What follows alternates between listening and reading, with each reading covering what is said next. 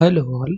इस लेक्चर में हम लोग पढ़ेंगे ज्योमेट्रिकल मोमेंट ऑफ इनर्शिया, जिसमें हम लोग कैलकुलेट करेंगे ए बार विद रेक्टेंगुलर क्रॉस सेक्शन। अगर आपके पास एक बार है तो सब ये रेक्टेंगुलर क्रॉस सेक्शन का एक बार है। सो रेक्टेंगुलर क्रॉस सेक्शन का बार इस तरीके से है। तो मान लेते हैं इसकी जो चौड़ाई है वो है बी और थिकनेस है डी। ठीक है, यहाँ से यहाँ तक डिस्टेंस है बी, यहाँ सॉरी डी, यहाँ से यहाँ तक है बी।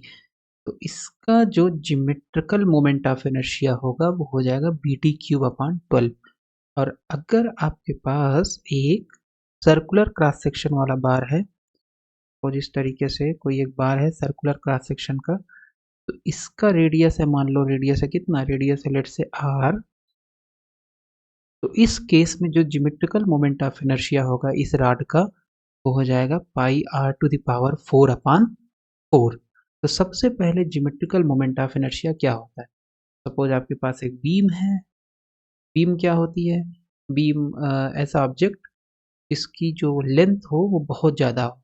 लेंथ बी और डी से अगर बहुत ज़्यादा है तो उसको बोल देंगे बी एंड डी दोनों से बड़ा होना चाहिए, बीम बोलेंगे। ठीक है, तो इस बीम का ज्योमेट्रिकल मोमेंट ऑफ इनर्शिया निकालने के लिए कैसे निकालेंगे? तो सबसे पहले ये बीम है, तो बीम में क्या होता है, मान लेते हैं ये सिरा है ए, ये बी है ना, ये बी पॉइंट है, ये सी है, ये डी है और ये ई है और ये एफ है।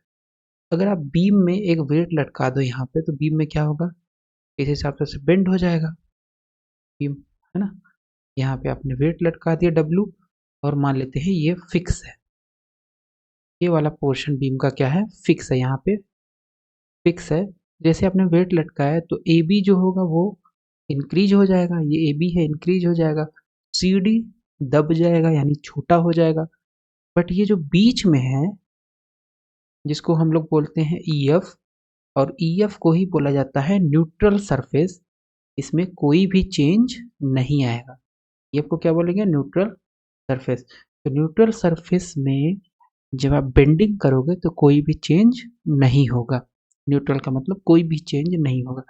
तो ज्योमेट्रिकल मोमेंट ऑफ इनर्शिया निकालने के लिए इस बीम का न्यूट्रल सरफेस से z डिस्टेंस पे मान लेते हैं कि यहाँ पे एक एलिमेंट है।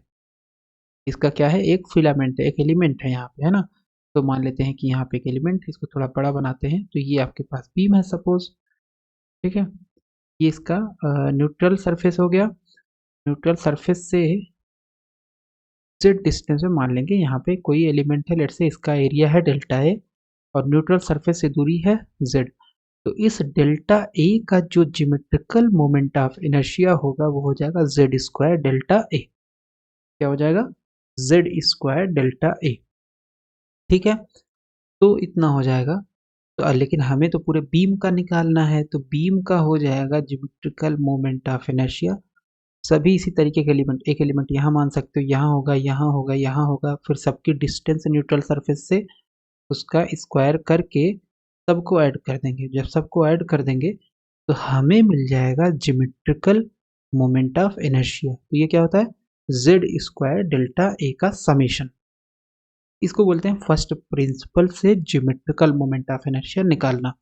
दूसरा ज्योमेट्रिकल मोमेंट ऑफ इनर्शिया हम लोग कैलकुलेट कर सकते हैं यूजिंग रेडियस ऑफ जायरेशन। तो रेडियस ऑफ जायरेशन के टर्म में यह क्या होता है, आई जी इज इक्वल टू ए के स्क्वायर। यहाँ पे ए क्या है, ए है एरिया ऑफ क्रॉस सेक्शन और के क्या है, के है आपका रेडियस ऑफ जायरेशन। तो ज्योमेट्रिकल मोमेंट ऑफ इनर्शिया और एक होता है मोमेंट ऑफ इनर्शिया। तो मोमेंट ऑफ इनर्शिया में क्या होता है, यही डेल्टा ए की जगह पे क्या हो जाता था, एम हो जाता था, और यहाँ पे भी क्या हो जाता था, एम हो जाता था। तो ये किस एक्सिस के अबाउट मोमेंट ऑफ इनर्शिया है, सेंटर ऑफ मास के अबाउट, है ना। I C M is equal to होता था एम के स्क्वायर। तो चलो अब हम लोग यहाँ पे कैलकुलेट करते हैं कि कैसे कैलकुलेट करेंगे इसका, है ना।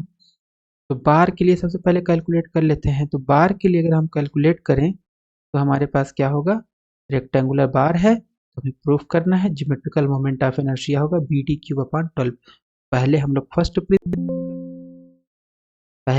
फर्स्ट प्रिंसिपल से कैलकुलेट करेंगे।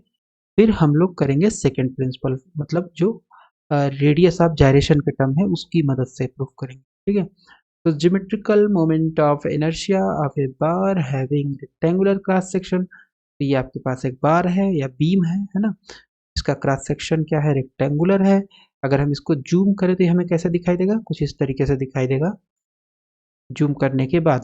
ठीक, तो जूम करने के बाद इस तरीके से दिखाई देगा। अब क्योंकि बीम कैसे बेंड होगी, ऐसे जाएगी नीचे की तरफ, यानी इस एक्सिस के अबाउट बीम बेंड होगी। जब इस एक्सिस के अबाउट बेंड होगी, इस एक्सिस को ही हम बोल देंगे क्या, ये हो जाएगा आपका न्यूट्रल सरफेस। तो ये न्यूट्रल सरफेस हो गया। तो इस बीम का ज्योमेट्रिकल मोमेंट ऑफ इनर्शिया निकालने के लिए सबसे पहले क्रॉस सेक्शन को हमने जूम किया। जूम करने के बाद इस क्रॉस सेक्शन को अगर हम ध्यान से देखें तो यहाँ पे क्या है, ये बहुत ढेर सारे पतले पतले फिलामेंट से मिलकर के बना हुआ है ना, इस तरीके से छोटे छोटे फिलामेंट से लेकर के बना हुआ है। लेकिन उससे पहले ये आपके पास है बी और ये है, sorry there is a mistake here, तो ये है आपका बी और ये है डी। तो ये है क्या, ये है बी और ये थिकनेस ना, इट इज करेक्ट। तो यहाँ पे हमारे पास हो जाएगा बीम है, तो इसको अगर हम ओरिजिन मान लें इस पॉइंट को, तो ये 0 0 हो गया। अब क्योंकि ये फिलामेंट जो यानी न्यूट्रल सरफेस होगा, एकदम आधे हाथ पे, मतलब आधी दूरी पे होगा, इसका मतलब यहाँ से यहाँ तक डिस्टेंस है d/2, यहाँ से यहाँ तक डिस्टेंस d/2, लेकिन क्योंकि ये मूल बिंदु है तो ऊपर पॉजिटिव वाई एक्सिस, नीचे नेगेटिव वाई एक्सिस, तो ये हो जाएगा 0 d/2 इस पॉइंट का कोऑर्डिनेट, और इस पॉइंट का कोऑर्डिनेट 0 माइनस d/2।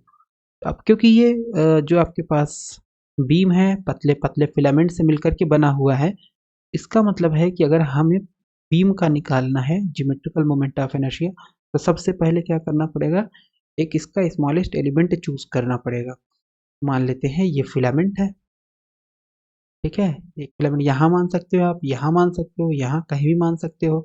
तो हमने मान लिया कि ये हमारा रेड कलर से एक फिलामेंट है बीम का, जिसकी थिकनेस जो है वो कितनी है, dz है, और न्यूट्रल सरफेस से दूरी इसकी कितनी है, वो है z। ठीक, तो इस जो रेड कलर से फिलामेंट दिख रहा है, इसका moment geometrical moment of inertia कितना हो जाएगा, Z square delta A. Delta A क्या होगा, इस रेड कलर से जो फिलामेंट दिख रहा है इसका एरिया है ना, तो डेल्टा आई जी यानी जो रेड कलर से फिलामेंट है इसका ज्योमेट्रिकल मोमेंट ऑफ इनर्शिया हो जाएगा Z square delta A. Z square delta ए की जगह पे कितना हो जाएगा, इसका एरिया। तो एरिया कैसे निकालेंगे, ये एक छोटा सा रेक्टेंगल है जिसकी लेंथ है बी और थिकनेस है डी जेड, तो ये हो जाएगा लंबाई गुणे चौड़ाई, सो बी इंटू डी जेड, ये आ गया डेल्टा ए। तो ये हमने निकाल लिया इस फिलामेंट के कारण इस फिलामेंट का ज्योमेट्रिकल मोमेंट ऑफ इनर्शिया। लेकिन हमें तो पूरे बीम का चाहिए था, तो हम क्या करेंगे, इसको इंटीग्रेट कर देंगे। इसी को अगर इंटीग्रेट करेंगे तो पूरे बीम का geometrical moment of inertia I G मिल गया, Z square delta A Z square B D Z, और Z square B D Z कहाँ से कहाँ इंटीग्रेट होगा, डी जेड यानी जेड किस डायरेक्शन में वेरी कर रहा है, माइनस ऊपर जाएगा सकता है 0 से, नीचे भी जा सकता है, तो इसका मतलब है माइनस d/2 से लेकर के d/2 तक। ठीक है, माइनस d/2 से लेकर के d/2 तक। तो b बाहर निकल आएगा, कांस्टेंट है, और यहाँ बचेगा Z square D Z, integrate कर देंगे, जेड स्क्वायर का हो जाएगा Z cube upon 3, lower limit minus d/2, upper limit d/2। ठीक, 1/3 बाहर ले लेंगे तो ये हो जाएगा b/3, d/2 का क्यूब माइनस माइनस d/2 का क्यूब, यानी अपर लिमिट का क्यूब माइनस लोअर लिमिट का क्यूब। ठीक है, तो सॉल्व कर लेंगे d3/8, इसको सॉल्व करेंगे माइनस d3/8 हो जाएगा। ठीक, तो ये हो जाएगा 2d3/8, सो b/3 पहले से था, 2 4 बचेगा, यहाँ पे 2 से 8 कैंसिल हो जाएगा, 3 इंटू 4 12 हो जाएगा, क्या जाएगा bd3/12। तो इसका मतलब geometrical moment of inertia of a bar having rectangular cross section आ जाएगा bd3/12। ठीक है, फ्रॉम द फर्स्ट प्रिंसिपल। इसका एक दूसरा तरीका भी है, बहुत आसान तरीका है निकालने का, जो कि जो कि है रेडियस ऑफ जायरेशन का यूज करके। तो रेडियस ऑफ जायरेशन के टर्म में ज्योमेट्रिकल मोमेंट ऑफ इनर्शिया होता है IG इज इक्वल टू ए के स्क्वायर, जहाँ ए जो है एरिया ऑफ क्रॉस सेक्शन है। थोड़ा सा बैक चलते हैं, यस यहाँ पे ये क्रॉस सेक्शन है, इसका एरिया कितना हो जाएगा, रेक्टेंगल है तो लंबाई गुणे चौड़ाई यानी बी इंटू डी, ठीक है, ए इंटू के स्क्वायर यानी बी इंटू डी इंटू के स्क्वायर। ठीक, अब क्वेश्चन उठता है कि के कैसे निकलेगा। के के लिए आपको पता होना चाहिए कि अगर आपके पास एक रेक्टेंगुलर लैमिना है तो इस एक्सिस के अबाउट यानी मिड पॉइंट से जो पास कर रही है एक्सिस, सेंटर ऑफ मास से जो पास कर रही है, इसके अबाउट जो मोमेंट ऑफ इनर्शिया होता है वो कितना होता है, M D square upon 12, M D square upon 12 होता है ना, तो ये होता है।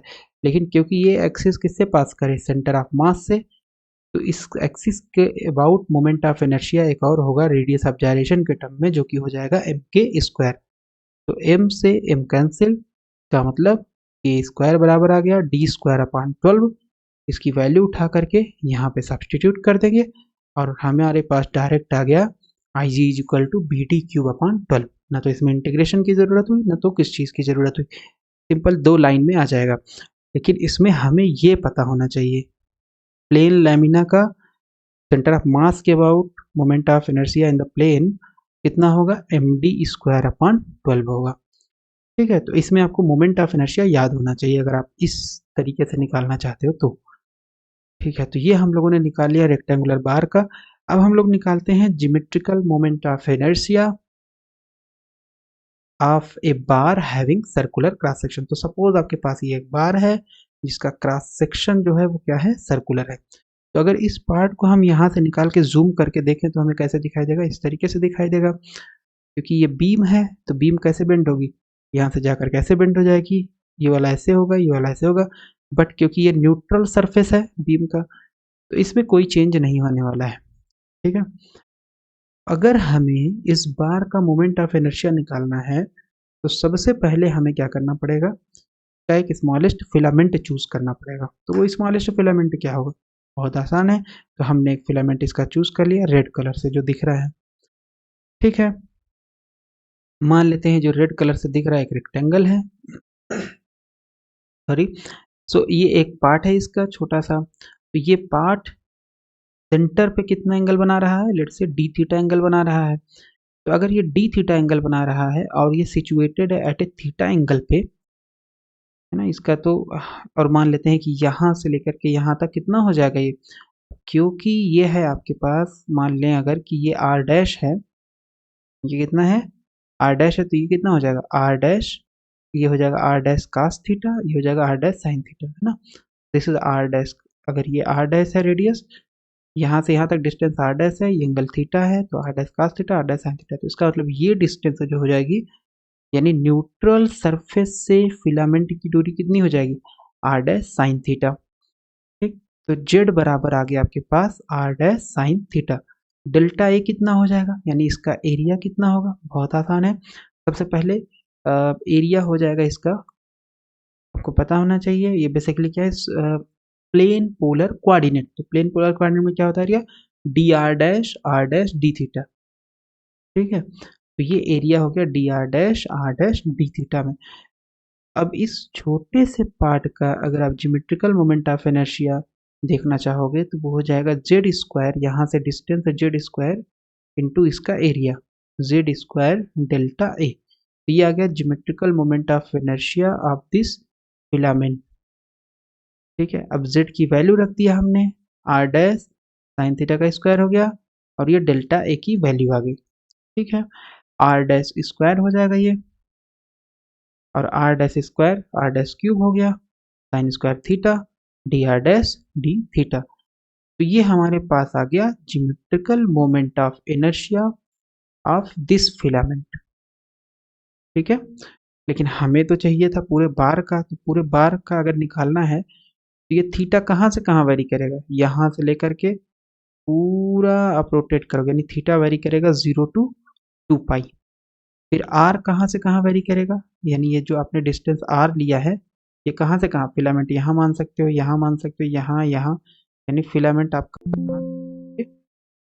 यहाँ से लेकर के यहाँ तक हो सकता है रेडियस, तो मतलब ये हो जाएगा आर डैश, कहाँ से कहाँ तक, 0 से लेकर के आर तक। तो इसको इंटीग्रेट अगर हम कर दें तो हमारे पास आ जाएगा आई जी, यानी इस बार का geometrical moment of inertia, integration from 0 to R dash cube D R dash 0 to 2 pi sine square theta D theta. ठीक है, तो इसको इंटीग्रेट करते हैं, आर डैश क्यूब का इंटीग्रेशन हो जाएगा, यानी एक्स क्यूब है ये बेसिकली, तो एक्स टू द पावर 4/4, तो ये हो गया R dash 4/4, lower limit 0 upper limit R, sine square theta उसको हम क्या लिख सकते हैं, 1 माइनस कास 2 थीटा अपॉन 2। ठीक, तो ये हो गया आर डैश, अब इसमें अपर लिमिट रख देंगे तो बेसिकली हो जाएगा R to the power 4, lower limit तो 0 है, तो R to the power 4/4 upper limit minus lower limit से 1/2 बाहर आ गया, तो ये हो जाएगा, अब इंटीग्रेशन की प्रॉपर्टी है, एक बार इसका हो जाएगा माइनस फिर इसका होगा 0 to 2 pi D theta minus 0 to 2 pi cos 2 theta D theta, तो ये आर टू द पावर 4, ये हो जाएगा आर टू द पावर 4/8, और इसका इंटीग्रेशन कितना हो जाएगा, थीटा डी एक्स है बेसिकली, तो एक्स होता है, तो ये हो जाएगा theta 0 to 2 pi minus cos 2 theta का कितना होगा इंटीग्रेशन, साइन 2 थीटा अपॉन 2 है ना, 2 थीटा को आप मान लोगे सब्सटीट्यूशन से t और फिर इंटीग्रेट करोगे तो इतनी वैल्यू आएगी, sine 2 theta upon 2, lower limit 0 upper limit 2 pi. चलो वैल्यू सब्सटीट्यूट करेंगे तो इसमें सब्सटीट्यूट करेंगे, upper limit minus lower limit 2 pi आ जाएगा, इसमें सब्सटीट्यूट करेंगे साइन 4 पाई 0 होता है, साइन 0 0 हो जाएगा है ना, तो यहाँ पे this is 4 pi, this is 4 पाई, तो ये हो जाएगा 0, तो साइन वाला पूरा टर्म ही क्या हो जाएगा, ये पूरा ही 0 हो जाएगा, इसका मतलब ये 2 हो गया, तो ये आ जाएगा यहाँ पे आ जाएगा r टू द पावर 4/8 है, so there is a mistake here, so ये हो जाएगा टू द पावर 4/8 ना, r टू द पावर 4/8, ये 2 पाई था, 2 से 8 कैंसिल 4 बचा, तो इसका मतलब हम लोगों ने निकाल लिया ज्योमेट्रिकल मोमेंट ऑफ इनर्शिया कितना गया, pi r to the power 4/4, simple. तो ये फर्स्ट प्रिंसिपल से निकाला, और रेडियस ऑफ जायरेशन से कैसे निकाल सकते हैं, बहुत आसान है से निकालना है ना, तो रेडियस ऑफ जायरेशन से कैसे निकालते हैं, आई जी इज इक्वल टू ए के स्क्वायर, ए क्या है एरिया ऑफ क्रॉस सेक्शन, के क्या है रेडियस ऑफ जायरेशन, तो area of cross section back चलते हैं थोड़ा, ये है, इसका एरिया कितना होगा पाई आर स्क्वायर, ठीक है, तो ये ए हो गया पाई आर स्क्वायर। अब क्वेश्चन उठता है के कैसे निकालेंगे, तो आपको पता होना चाहिए ये जो पार्ट है ये किस तरीके से दिख रहा है आपको, ये बेसिकली है एक डिस्क, एरिया जो क्रॉस सेक्शन है किस तरीके से डिस्क है, तो डिस्क का moment of inertia about this axis कितना होता है, mr²/4, ठीक है, और ये कहाँ से पास करी एक्सिस, सेंटर ऑफ मास से, तो इसलिए आई हो जाएगा मोमेंट ऑफ इनर्शिया mk² बराबर mr²/4, ये cancel, k² is equal to r²/4, तो के स्क्वायर में r²/4 रख देंगे, ये हो जाएगा r टू द पावर 4/4, तो ये हमने दो लाइन में निकाल लिया कि आई जी यानी geometrical moment of inertia of bar having circular cross section कितना होता है, पाई r टू द पावर 4, ये हमने फर्स्ट प्रिंसिपल से निकाला, ये हमने निकाला यूजिंग रेडियस ऑफ जायरेशन।